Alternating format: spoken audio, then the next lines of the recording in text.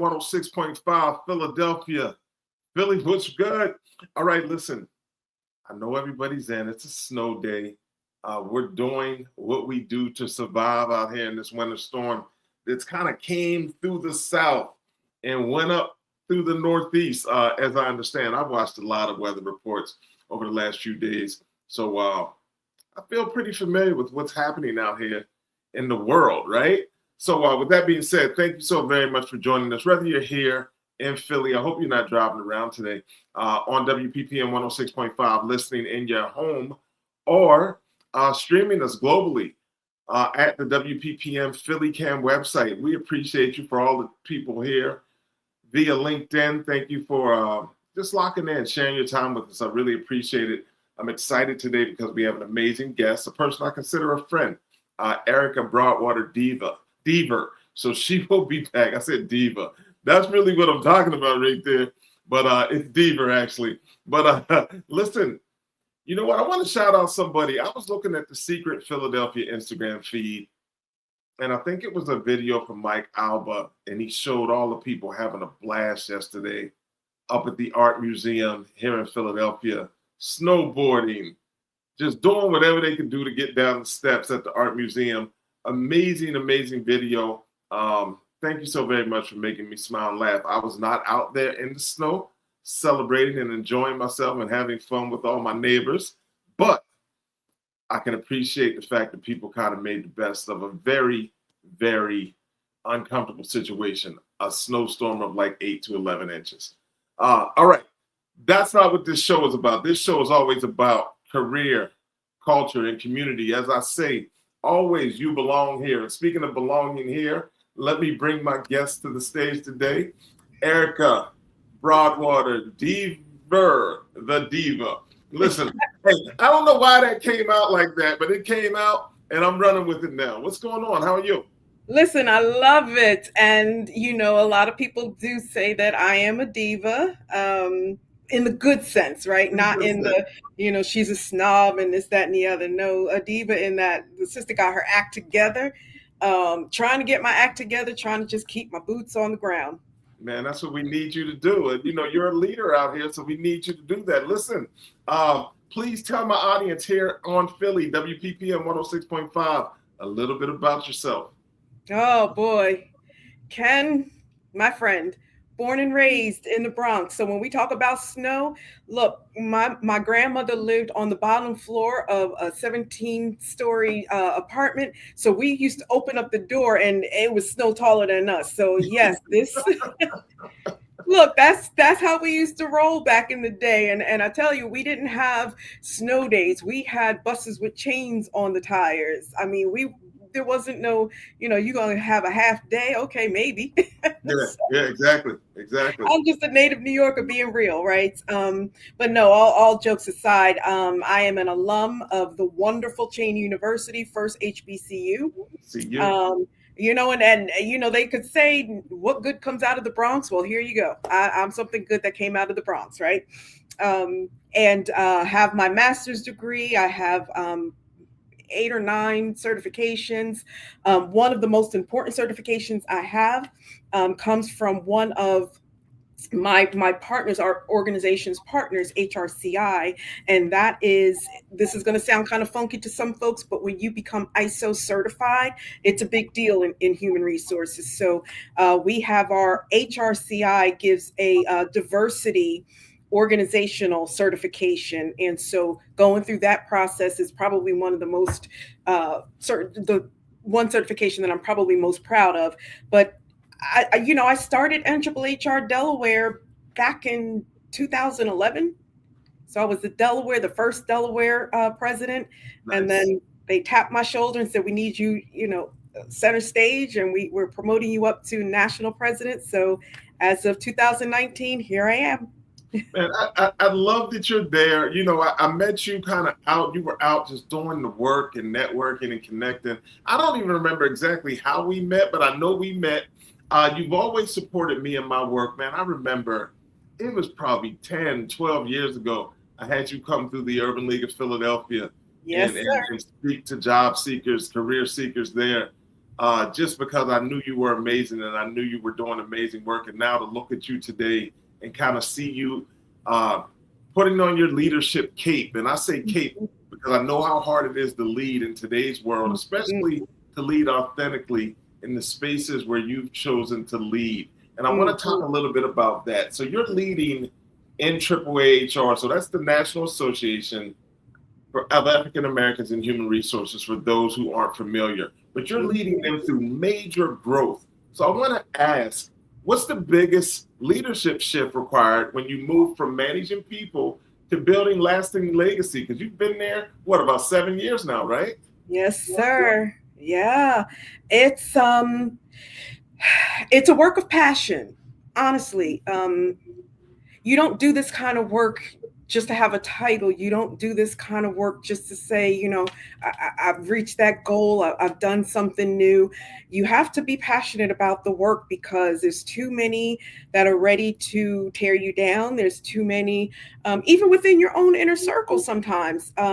You know, growth is very painful no matter where you are in your career, where you are personally, professionally.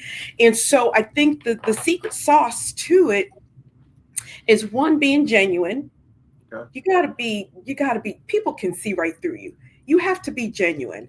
You know, again, maybe this is just the New Yorker coming out of me, but I can see somebody for who they are the minute I look at them. You know, don't try to skirt me. I'm not the one. But you got to be genuine, right? You have to know, is this really the work I want to do for the community, for the people involved, or is this something I'm doing for myself? And then with that comes trust. You know, you said it. We've known each other for a hot minute, right? And you used to make me come up there to Philly, and whoo, you know, Philly is not easy to get into. I could easily get into Manhattan, into Brooklyn, and into any of the boroughs. Getting into Philly, I don't know why it was always a challenge for me. No, come on, stop it. You were in Delaware. You're coming up 95. It's simple math from there. It is, but I would always get lost. But I did it because no, you know what it is. It's the circles. It's the circles. Yeah. So you're coming in and you have to. It's either going to be Aikens Oval, it's going to be City Hall. It's one of the circles that's going to get you every time. So I can understand that. And I kept going around City Hall. But that's just it, Ken. You trusted me and I trusted you, right? So if we didn't have that trust, you could have easily just said, oh, maybe, you know, she's for somebody else, or, you know, I can't have her in front of my audience, in front of my people. But we built and established trust. And I think that goes a long way. You know, you can hit me up on my phone and I'm like, Ken, I'm right there for you. And I know I can hit you up and you always show up. So, you know, building that trust and being genuine. But then here's the other thing to that secret sauce, being vulnerable. There's not too many leaders that are willing to be vulnerable. You know, it's okay to know when you're wrong and it's okay to be wrong.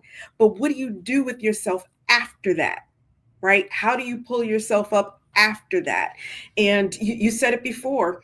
I'm leading an organization that we get scrutinized. We get, well, you're going to change your name. We get the, you know, what is this whole thing all about anymore? Why only the Black and brown and the diaspora of Africans? And, you know, the why? Well, why not?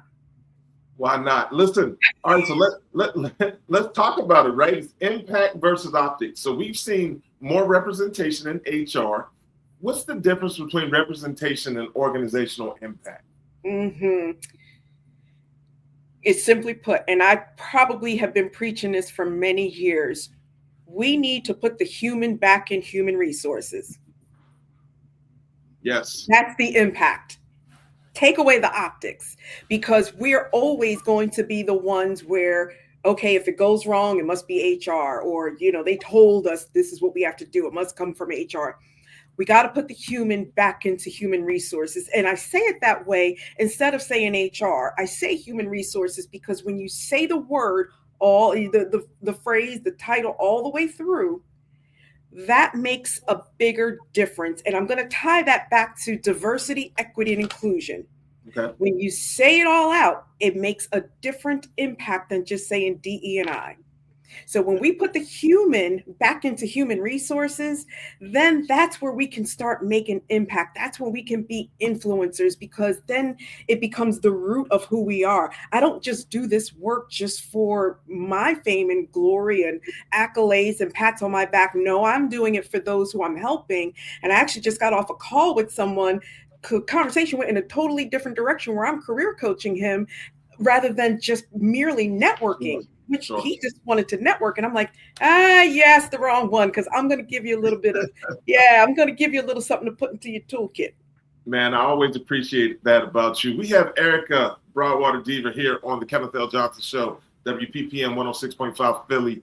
Listen, I'm listening to what you're talking about, and it's touching a core, right? It's touching a core for a lot of different reasons. At East Coast Executives, we've taken the opportunity to basically put ourselves out front this year and say, look, I know everybody's pushing the AI agenda, and I appreciate it. I acknowledge it, and it's necessary. Mm-hmm. However, we're talking about real conversations with real people, and we have real jobs, and we have real candidates. We're telling people that we are doubling down on them. We're doubling down on people, right? So I want to talk to you about something in relationship to the work you're doing. So hiring and pipelines, when it comes to building pipelines for Black HR professionals, what's broken and who has to take responsibility for fixing it? Mm-hmm. What's broken? Lack of knowledge. Lack of knowledge. The people will perish without knowledge. And I'll be plain about this.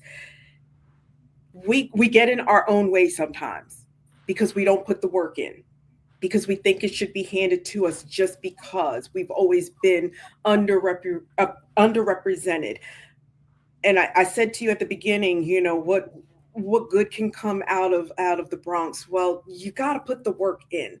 So when I think about my pipeline, when I think about those talented individuals, I'm really looking for that diamond in the rough, the one who really put the work in, the one who's confident without being cocky, without the arrogance. And you can prove to me how you built that machine and not just tell me you built the machine. So let's stop getting in our own way, and let's start saying, I may not be the smartest person in the room, but I'm going to show you something that you've never seen before. I am going to not have to say I'm the one that you want to hire. I'm going to show you that I'm the one that you want to hire. And sometimes it's our actions more than our words that tells our story. I can appreciate that, because we teach people techniques around where they've added impact, right? And I think oftentimes people come into interview settings and they don't want to be authentic. They don't want to share where they've had an added impact and even had fun. And those are the people that I think are successful in this process, right? They're not afraid to share where they've had impact, where they've had success, and that they really enjoy doing it. And those are the people I want to work with, right? So those are the people that we push forward. But that only happens through real conversations. Real conversations. We had Minda Hartz on the show, and she was talking about trust. And we had Nicole Smith on the show. She was talking about boundaries, and she was talking about love. And I just think some of those raw emotional points of purpose need to start returning to those settings, so people just understand that it's not robotic. We're here doing this work because we choose and want and love to do it. And I think that's really important right now. You hit the nail on the head. And I do want to remind your listeners and your viewers, last week there was this whole notion that really went viral, but not to make this political conversation, but there is no such thing as reverse discrimination. And I just want that to be clearly known, because there's this optic, going back to that phrase, that, and I love my white brothers. Don't be mistaken. I value them, because the one thing that you always want to do is learn from others. So I value my white brothers, but there's no such thing as reverse discrimination. And here's the real reason why. The categories of discrimination from the Civil Rights Act and title, there's 7 titles. There's not just one title. It's not just Title 7. There's 7 titles. And you got to really understand what those 7 titles are. but race, creed, color. And again, pardon me, I do not want to offend any of your listeners. I love my white men, I love my white sisters. But white is not a color. The definition of white is void of color. So you cannot discriminate against someone who's not in a protected class. There is no reverse discrimination. So when we look at our careers, let's try not to play the black card. Let's try not to play the reverse discrimination card. Let's take that out of our vocabulary and let's put the best Ken forward. Let's put the best Erika forward, and may the best man win. How about that? All right, so you leaning in this direction, I have to ask you some questions. I got to get kind of off the script here a little and just talk to my friend. Are you getting heat as an organization because of the name of your organization and the work that you do? Yeah. As quiet as I've kept it, the chairman and I, so shout out to Chairman Nat Alston, we get these conversations quite often. And even again, within our own organization, we get asked, are we going to change the name? The legacy and history of the National Association of African Americans in Human Resources, we were the first of our kind, just like NAACP, just like the United Negro College Fund, just like Urban League. What value would it do for us as a grassroots effort to change our name because of a temporary break in the system? Yeah. I can appreciate you. Thank you for sharing that candidly. I never want to ask people questions that I feel may put them on the spot, but I thought it was necessary to hear your voice on that particular question. We're gonna circle back around. So let's talk HR, right? That's the other part of the name. Human resources seat at the table. What does HR need to do differently to be viewed as a true strategic partner instead of a compliance function, Erika? Yes. So get away from the table and get into the business. We are always going to be about policy. I hear some of that. So just explain to people what you mean by getting into the business. Yes. So, there's this whole notion, especially us as Black and African American, to have a seat at the table, to, be there and be present. Yes, that has its value.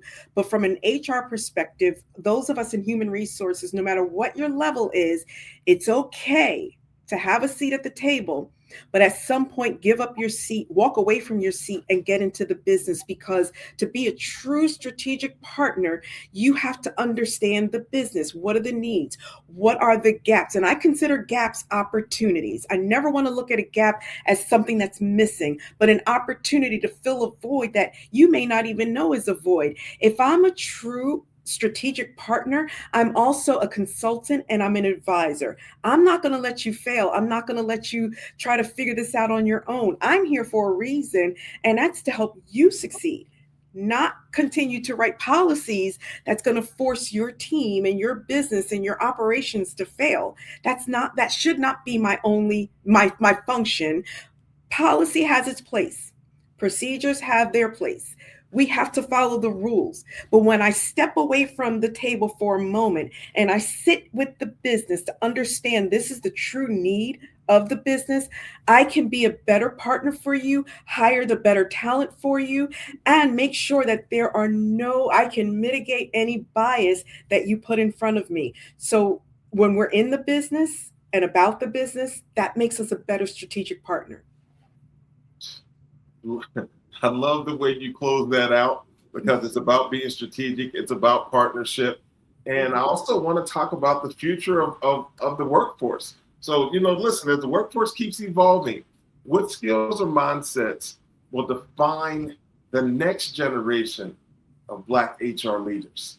Yeah, so we saw that coming out of 2020 and 2021, the notion of quiet quitting, and let's make sure we separate that from the pandemic. Let's make sure we separate that from George Floyd's murder. Quiet quitting was already happening. It just now had a voice because people were sitting at home recognizing quiet quitting was actually already happening.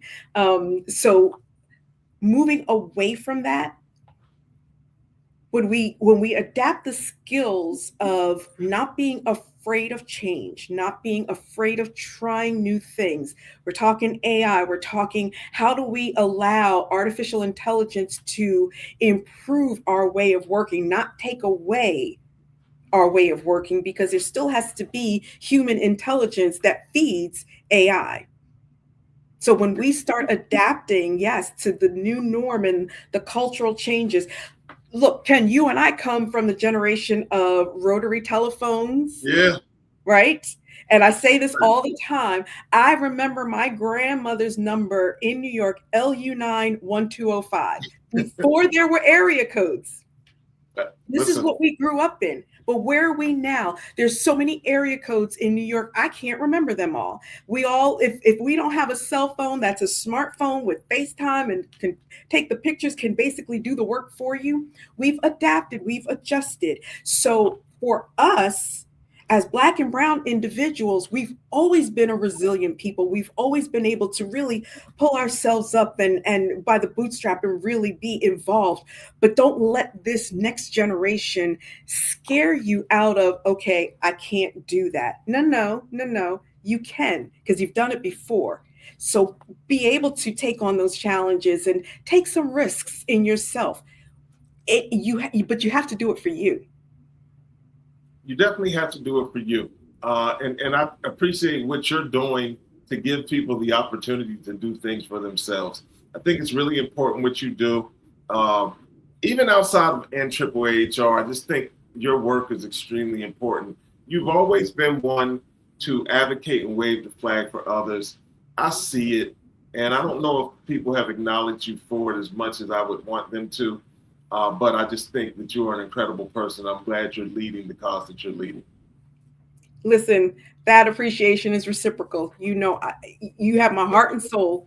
You have my heart and soul. Absolutely. You are doing it. And, I was thinking about you last night as I was preparing for this call. And I'm like, he is the GOAT. Thank you. I'm sitting here with the GOAT. I don't know if your audience knows this or not, but Kenneth Johnson is the GOAT, y'all. You know what? I'll pay you when I see you. I owe you for that one. Yeah, thank you so very much. All right, listen, we're not talking about me. We are talking about you and NAAAHR. What I want you to do, please, I know you got stuff coming up, right? Yes. You and I have spoken about some things. Tell our audience a little bit about what you guys have going on, how they can stay connected to the work, or even become involved. Yes, and yes. So we got a lot going on. We're about to relaunch 2 major chapters, one in Baltimore in February during Black History Month. We're going to have an all-out gala. It's going to be gowns and tuxes. I mean, everybody's going to look good head to toe. That's happening. Yep, February 21st. And look, you know how they do in Baltimore. They're coming out for that. That's going to happen. Come on. Happen. It's got to happen. And it'll be at the Reginald Lewis Museum. And if nobody knows, who Reginald Lewis is, come on, mighty man of valor. He was an important figure, not just in the Baltimore community, but in the Black community. So it will be right there at the museum. We'll be able to take a tour. We're also going to, right after that, relaunch our Detroit chapter. Huge chapter. I mean, they were a ground runner leading the way. They are going to be relaunched. I am still looking at relaunching Delaware. So if anybody on your viewing audience wants to work with me to relaunch Delaware, that's, my heart and soul. But then in October, we have the national conference. And so for your team to know, your viewers to know, I have asked the one and only Kenneth L. Johnson to be one of our speakers. I got to have him up on stage. So if time permits and his calendar allows, you'll be seeing his wonderful face at the conference. Thank you so very much. Hey, listen, just to tell the listeners, if you're not familiar with Mr. Reginald Lewis and his work, and shout out to Baltimore and the Lewis family for just acknowledging and making that happen. There's a great piece, I believe, from Alfred Edmond Jr. from years ago in Black Enterprise. I think Reginald may have been one of his initial interviews, and I could be wrong in stating this, but I know there's an admiration and a relationship there. What's the book? Watch the White Guys Have All the Fun. But he was an amazing businessman, and truly provided the blueprint for a lot of us out here that are just trying to not just be seen, but to have impact in the communities that we serve and to let people know that it's possible. So I appreciate him for that. All right, so you got your national conference coming up. Well, you're opening up affiliates in some great cities, Baltimore, Detroit. You're looking to get the footing back under Delaware. Come on, I know I got some people from Delaware on here. Reach out to Erika, take the baton, make it happen out there. You got the national conference. Where's that going to be at, Erika? Yes, the national conference will be in Norfolk, Virginia. Yes. Okay. Yes. Okay. And that's going to be in early October. I love it. I love it. That'll be amazing. Tell us a little bit about what's happening with Erika Broadwater Deaver. What you got going? Oh, wow. Well, let's see. I guess I can say the official hat of empty nester. I wear it proudly. My daughter just got married. My son is married 3 years, but my daughter just got married. So I have a daughter in love and a son in love, and they have my heart. But listen, I'm just living now. This is the second part of my life, right? Living the better part of my life. My kids are grown. They're making their way in the world, and I'm so extremely proud of them. And, this is a time in my life, you said it at the beginning, what do I want to leave behind? It's not about Erika's legacy. It's not about Erika's name, but what impact did I have on my people? And I want that to last for generations. So the more I can pour into folks, the more I'm going to, whether it's my church folks, if my NAAAHR folks, or if my friends like Ken Johnson. I just want to be able to pour into people. That's what I want to leave behind. Well, you're doing an amazing job of it. I want to thank you for taking the time to join us today on the Kenneth L. Johnson Show. You are amazing. I appreciate you so much. Let's hear it for Erika Broadwater Deaver. Listen, that's today's conversation with Erika Broadwater Deaver, and leadership, legacy, and real workforce impact. That's who she is. That's what she brings to the table. This is the Kenneth L. Johnson Show. We do this each and every Monday at 2 p.m.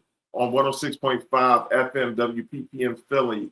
We stream globally, and we live and broadcast live on LinkedIn. So listen, tap in, share.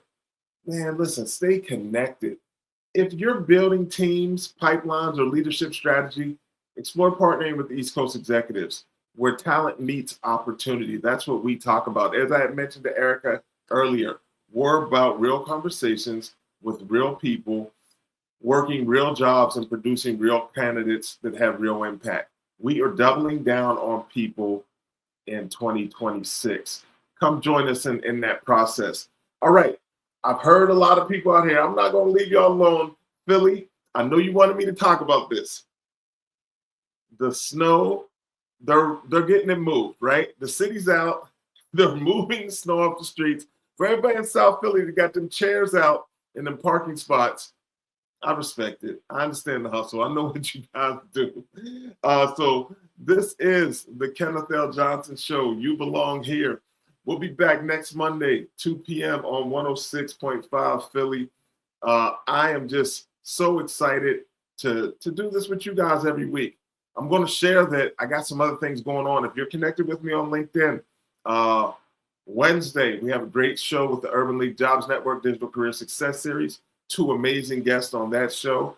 The following week, I have an event here in New York City. I partnered with Julia Rock from Rock Career Development, and we are doing an event. It's a wellness career event for all, but we're focusing in on the wellness of Black men in corporate settings, and we have some amazing people on that platform. I'll go over a few of them. You know what? I don't really have the time to go over a few of them, but just check out my LinkedIn profile. We'll be posting about that, and we're going to do a live stream tomorrow, myself and Julia Rock, just to share some additional information about that event. If you joined us today, I thank you. I want to thank our guest again, Erika Broadwater Deaver, the diva, in a good way, for joining us and just being amazing and incredible. Listen, I thank you all. Be safe out there in the snow. If you don't have to go out, don't go out. It's Philly. They'll come and bring it to you. Trust me, whatever it is, they'll come and bring it to you. DoorDash, Uber Eats, your neighbors, your best friend. Shout out to my man Gee. I know he's running around Philly doing his thing. Anyway, Kenneth L. Johnson, the Kenneth L. Johnson Show. We'll see you next week. Thank you. On WPPM 106.5 FM.